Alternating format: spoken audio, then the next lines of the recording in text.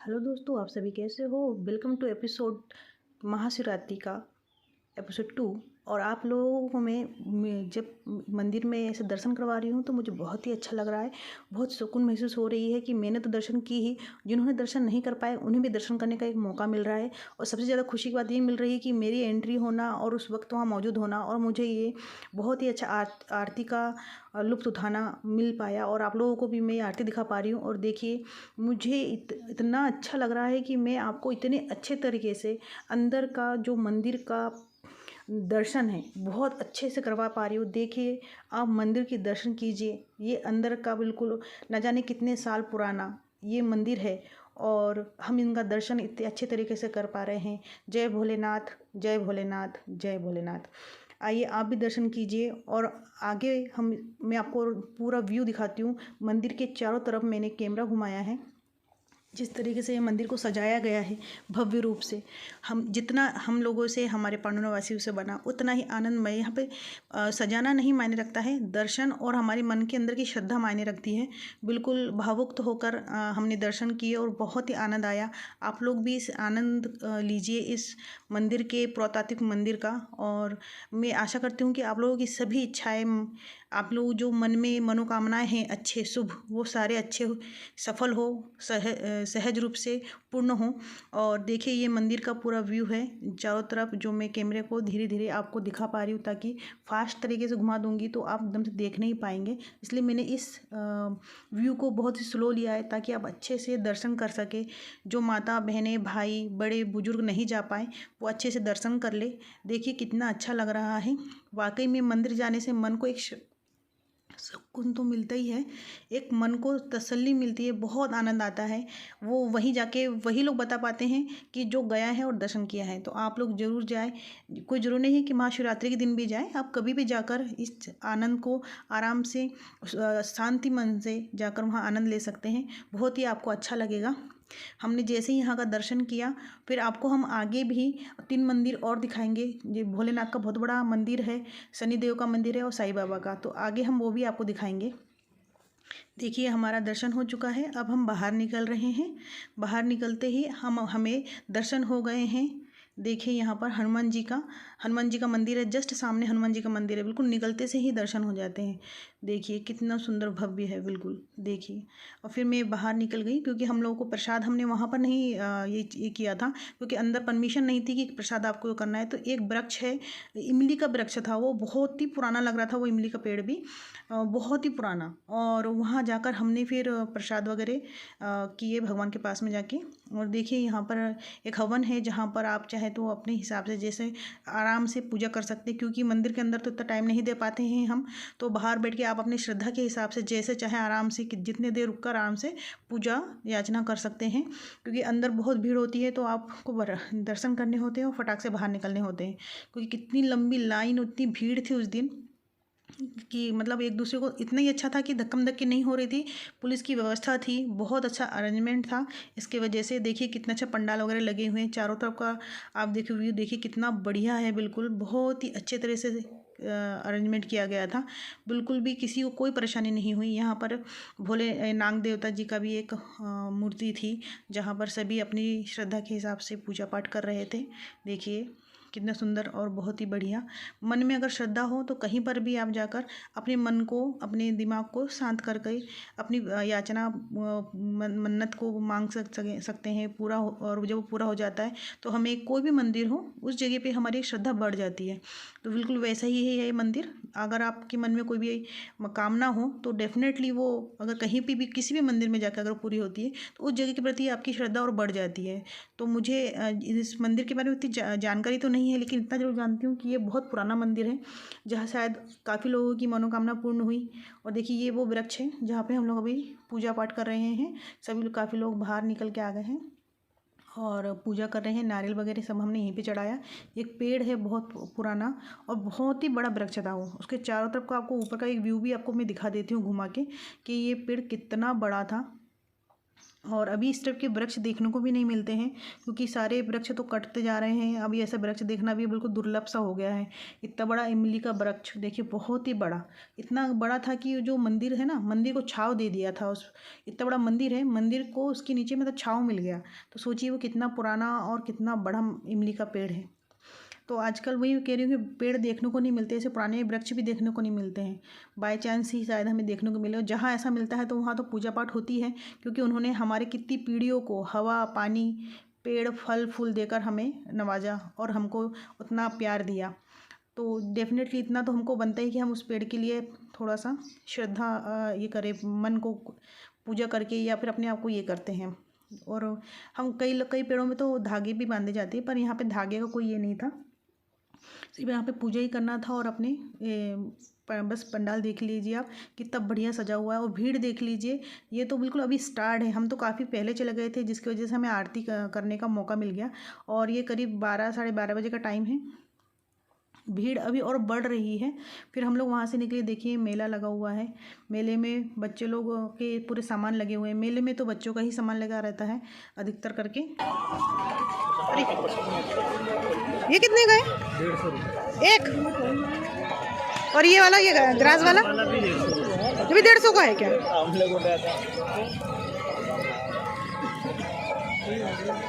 Welcome वाला भी है। अच्छा, ये भी 150 का है क्या? कलर है इसमें। अच्छा, ये घास वाली सब एक ही रेट के है ना? अच्छा, 150 का है।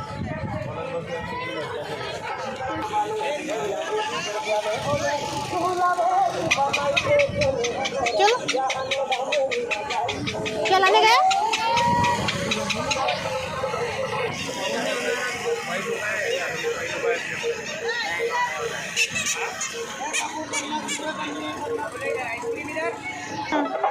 राजा हिमाचल की बेटी शिव के मन भाई, बड़े दिनों के यहाँ पर साथ मिल रहा है, उपवास रहते हैं।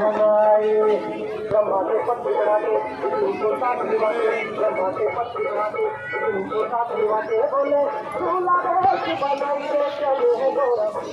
यहाँ साबूदाना की खिचड़ी मिल रही थी। जो जो उपवास हैं, यहाँ पर हर साल इसी तरीके से एक संस्था की तरफ से जो उपवास रहते हैं, जो उपवास नहीं भी रहते हैं, सभी को प्रसाद दिया जाता है। छोटे छोटे बच्चे भी अपनी अपनी सेवा में लगे हुए हैं देने के लिए, देखिए। और जिसको जिसको सेवा देना, कोई भी वहाँ पे प्रसाद वर्तित कर सकता है, अपनी सेवा दे सकता है।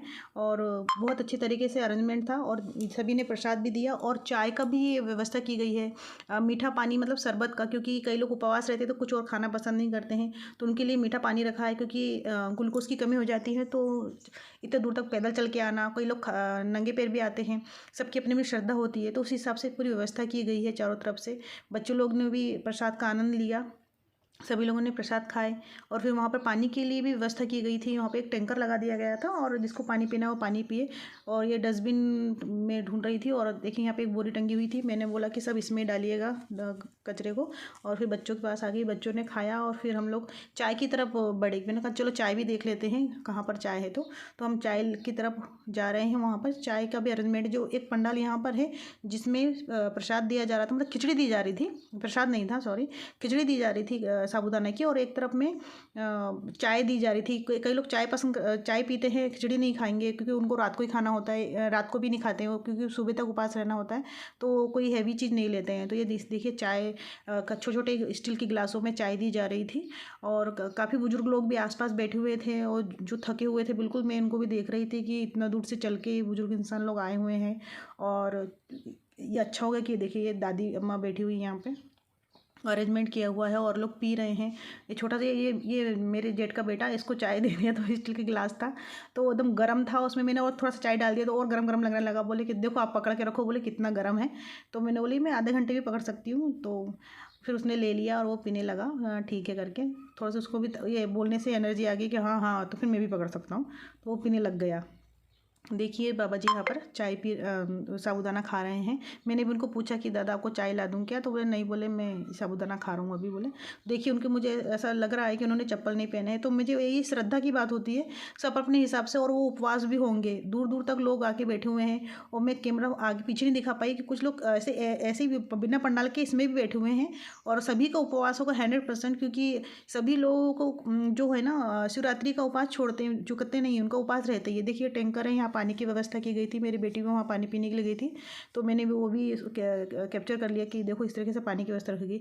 जस्ट मुझे उसके पीछे एक गाँव दिखा, सिर्फ बोरों से बनी हुई झुग्गी थी और कुछ नहीं दिख रहा था। जैसे कि मानो कि एक बारिश अगर बहुत तेज आया तो बह जाएगा। एक उतार है वहाँ पर, वहाँ पे पूरी झुग्गी झुग्गी दिख रही थी। तो मैंने वहाँ का भी कैप्चर किया और मैंने पूछा कि वो कौन सा गाँव है। तो कुछ लोगों ने बताया कि जूना पनुना गाँव के नाम से ही जाना जाता है बोले, इसलिए तो उस एरिया को अपना एक नाम नहीं है, जूना पनुना ही बोला जाता है। और जो ये मंदिर है वो जूना पनुना में ही है। तो वहाँ पर काफ़ी लोग, बुजुर्ग लोग, बच्चे लोगों ने बोले कि हम गन्ने का जूस पियेंगे, तो फिर हमें छाँव में लेके आ गए। हम बैठे वहाँ पे, हम लोग भी थोड़े से एनर्जेटिक होना चाहते थे कि एनर्जी पूरी हो गई थी, और हम काफ़ी टाइम से आए हुए थे और मेले में घूम रहे थे। तो फिर हम लोगों ने मंगाई, और बच्चे लोग बोल रहे थे आइस वाला नहीं खाना है, क्योंकि आइस वाला खाने से गले को भी पकड़ लेगा, क्योंकि इतनी ठंड भी अभी तक गई नहीं है। तो कभी धूप बहुत तेज़ हो जाती है, और ठंड का कोई मतलब अभी ये नहीं हुआ है कि पूरी तरीके से ठंड चली गई है। तो हम लोगों ने बिल्कुल बिना आइस वाला हम लोगों ने गन्ने का जूस पिया, और बाकी भी बहुत अच्छा लगा और एनर्जी भी आई। और क्योंकि हमें और 3 मंदिर जाना था वहाँ से, तो हम लोग वहाँ बैठे इंतज़ार किए। अच्छा हो गया हम थोड़ी देर बैठ के वहाँ पे इंतज़ार कर लिए। देखिए मैं आपको आसपास का पूरा दिखा रही हूँ कि किस तरीके से मेले का पूरा विवरण बारीकी से आप देख सके, और जाने कि हमारे यहाँ का मेला किस तरीके से लगता है। और मेला वाकई में मैं कई बार आई नहीं हूँ, तो आज जब गई तो मुझे भी अच्छा लगा कि हम घर से निकलते नहीं हैं, जाओ तो वाकई में थोड़ा सा अच्छा लगता है और मूड भी फ्रेश हो जाता है। घर ही घर में रहते हैं तो वो बात नहीं हो पाती है, और हम जान भी नहीं पाते, हाँ ठीक है, हाँ ठीक है, क्या जाना करते रहते हैं। तो कभी अपने मन को मार के भी कुछ काम ऐसे कर लेना चाहिए, जिससे वाकई में बाद में अच्छा लगता है, पछतावा नहीं होता। तो उनमें से एक ये अच्छी मेरे लिए भी रहा कि हम तो किसी भी मंदिर में चले जाएंगे, हाँ ठीक है, हम हमारे मोहल्ले में मंदिर है वहाँ चले जाएंगे, पर वो बात नहीं हो पाती है। जैसे कि हम लोग इतने सारे बच्चों को देखा, कई प्रकार के चीज़ें देखी, कई लोग दिखे, और सभी लोगों का एक्साइटमेंट देख के थोड़ी सी एनर्जी हमारे अंदर भी आई कि देखो कितनी बुजुर्ग इंसान भी यहाँ आए हुए हैं, और हम लोग घर से निकलने को नहीं देखते हैं कई बार। तो थोड़ा सा अपना समय निकाल कर अगर ऐसी जगह में चले भी जाए, ये ना सोचे कि हाँ हम लोग क्या जाएंगे वहाँ, लेकिन वाकई में अच्छा लगता है, मन को सुकून भी मिलता है, और थोड़ी सी माइंड भी फ्रेश हो जाता है। अरे टेडी देखिए, कितने यहाँ पे हर माल 70 रुपये में था। कितने का? एक बार क्या कितना था? ये 70 रुपए का था। 70 का? 70 का एक कीमत तो अच्छा रहता है। ये वाला 70 में लगा ज़्यादा है कि कम है? ये सुनने में अच्छा लग रहा है, जैसे कि ऐसा लग रहा है 40-30 रुपये में।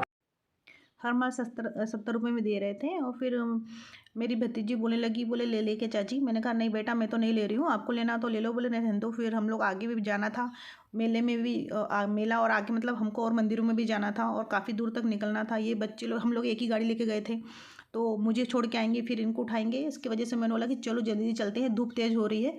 तो हम लोगों ने ये लेना कैंसिल किया, हमने लिया नहीं, उसका मन था मौजी लेने में। मैंने बोला चलो वो सब बाद में देख लेना, मेले में हर चीज़ वैसे भी थोड़ी सी महंगी ही मिलती है। तो बेटी का कहना था कि मुझे अंगूठी चाहिए, तो हमने अंगूठे देखे जरूर पर लिए नहीं।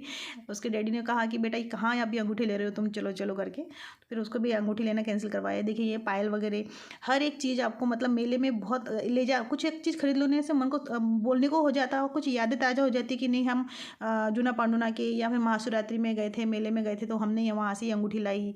तो फिर हमने फटाक से बाइक में बैठ गए, और फिर हम लोग दूसरे मंदिर के लिए रवाना हो गए, क्योंकि हमें शंकर जी का बहुत बड़ा एक मंदिर है वहाँ जाना था।